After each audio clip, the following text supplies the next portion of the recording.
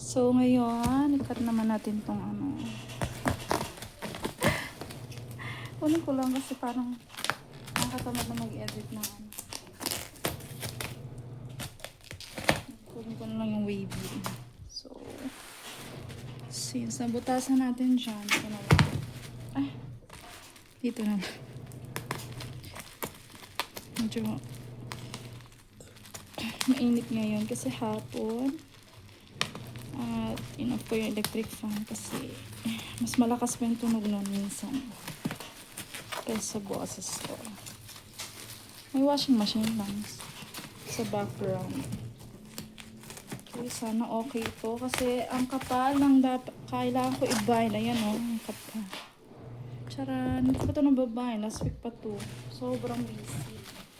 Tapos may mga program, pictures to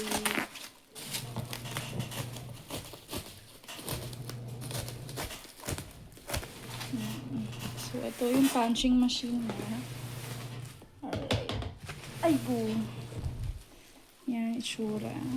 So, let's just get it out of the... Okay, thank you so much for packing it well. Hindi naman na pagkakapack. Pero, UP yung box. Okay, sabi ko lang ito maayos. Tape pa pa siya. Uy! Okay, tabi ko lang na maayos.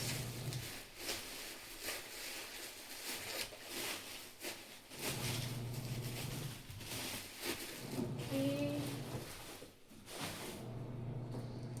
So, naitabi na natin ng maayos yung bubble wrap. Let's open. Punching machine. Punching machine. Oh my gosh.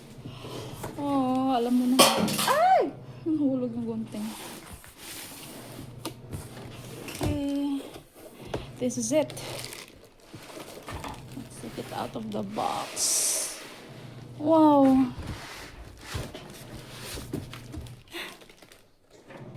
Okay. Oh my God. Tabi natin yung box.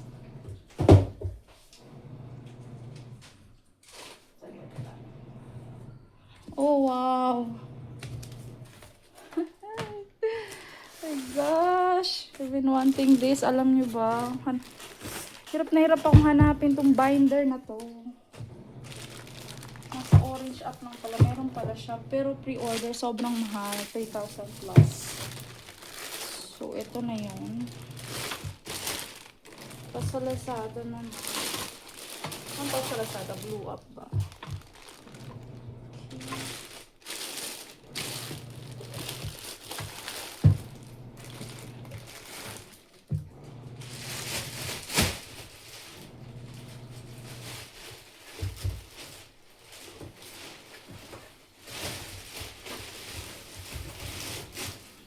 Tapos, ito naman yung... Wow. So, ang gagawin natin dito, this is not my first time makabili ng binding machine. Kaya lang, yung una kong binili, nasira ako. Pero, hindi to siya kapareho. So, ganyan yung binding machine niya. I-open lang siya dito. Zoom natin.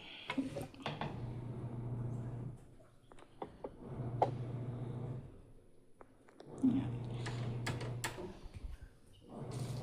So, ang ginagawa siya, nilagay ito. Tsaka, isa-screw. So, dapat nakataas nga. Baliktad. Yan, dapat nakataas. Yung handle. Yung. Tapos, i-screw natin siya ulit. Malalaman yung tama yung pag-screw. Kasi pumapasok. Diba? Pero pa-right siya, no? Okay. Kung ano na siya, mahigpit, okay na siya. Wow. Let's try. So, meron siyang papel. Yung ganyan. Please punch this paper at least 6 times to get rid of oil and achieve optimum utility.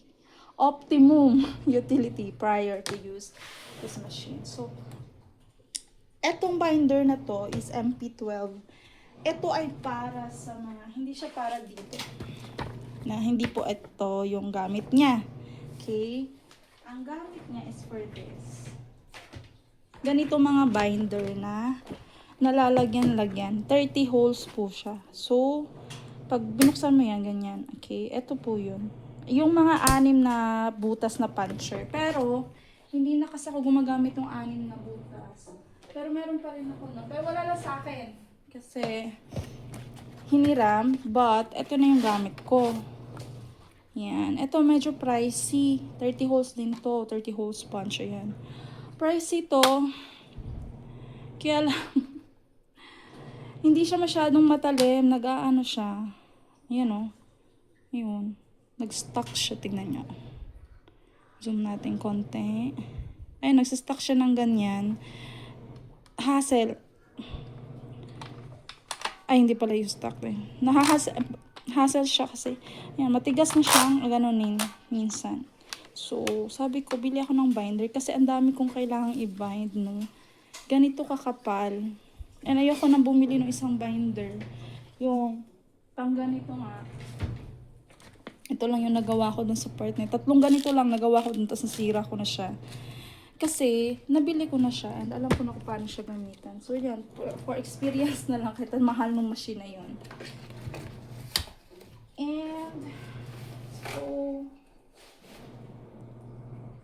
okay. So, naibalik ko na yung unang machine. So, tingnan natin ngayon kung paano natin punch natin. Okay. Wow. 2, 4, 6, 8, 10, 12, 14, 16, 18, 20, 22, 24, 26, 28, 30. 30 holes. So, gagawin natin, pipilasin. At ang maganda sa machine na to, meron na siyang adjuster. Adjuster ang tawag. Hey! Hindi naman ano yung ano eh. Ayaw niya mapunit dire-diretso. Dito na lang. Okay. Pwede mo siyang i-adjust na hindi mo to siya isasama. So, ipupul mo ng ganyan. So, okay, bale 2, 4, 6. 6 lang gusto ko.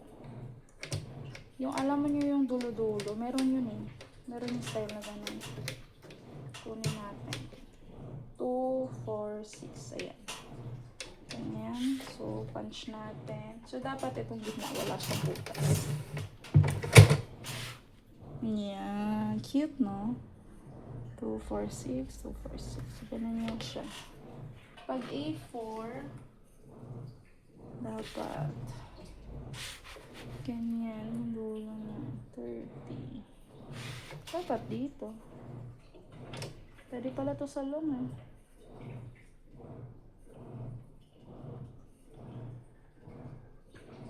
Yan, adjuster na. Yan. So, yun. Mas madaling ano to. 6 times daw, no? Pangalawa na natin ito. Ano ba yan? Di na ano yung maganda. Dapat pala kinu-fold ko muna. Yan, next ay ganito. So, tig-3 naman.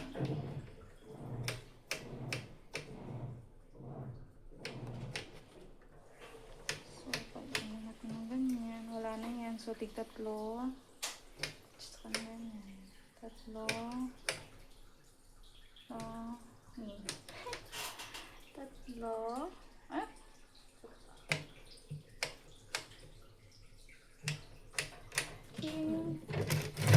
Tapos, papunch ko na ng lahatan. So, yan. 3. Nice, no? Fold natin ulit. So, it's working na. Kaya, punch ko ulit. Parang, mawala daw yung oil. Wala naman ang oil. Okay, so, ipapunch natin ito una itong binder. Try lang natin. Magtatrabaho na ko after. Off ko na yung camera. Yes na lang tayo dito sa pinadala. Pero ayoko nito. Gusto ko isang brand.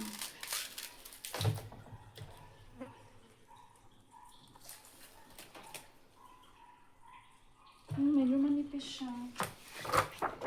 Manipis to na 200. Ay, ayoko dito. siya. Kesa dito, ito yung una eh. Ito yung una. Iba yung ano nito ba na itapon ko ng carton. Kasi ito yung last na dalawa. So, let's try. Ay! Hindi ko na ano. Dapat lahat.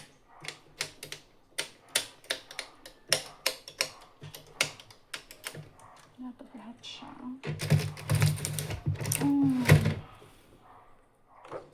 Okay. Kala ko kakainin. So, bakit parang nakaangat siya, no? Yung style niya. Nandito naman sa gilid yung kanyang trash. Emerald. Ayan. So, yun lang. Ating bagong binder. Bye!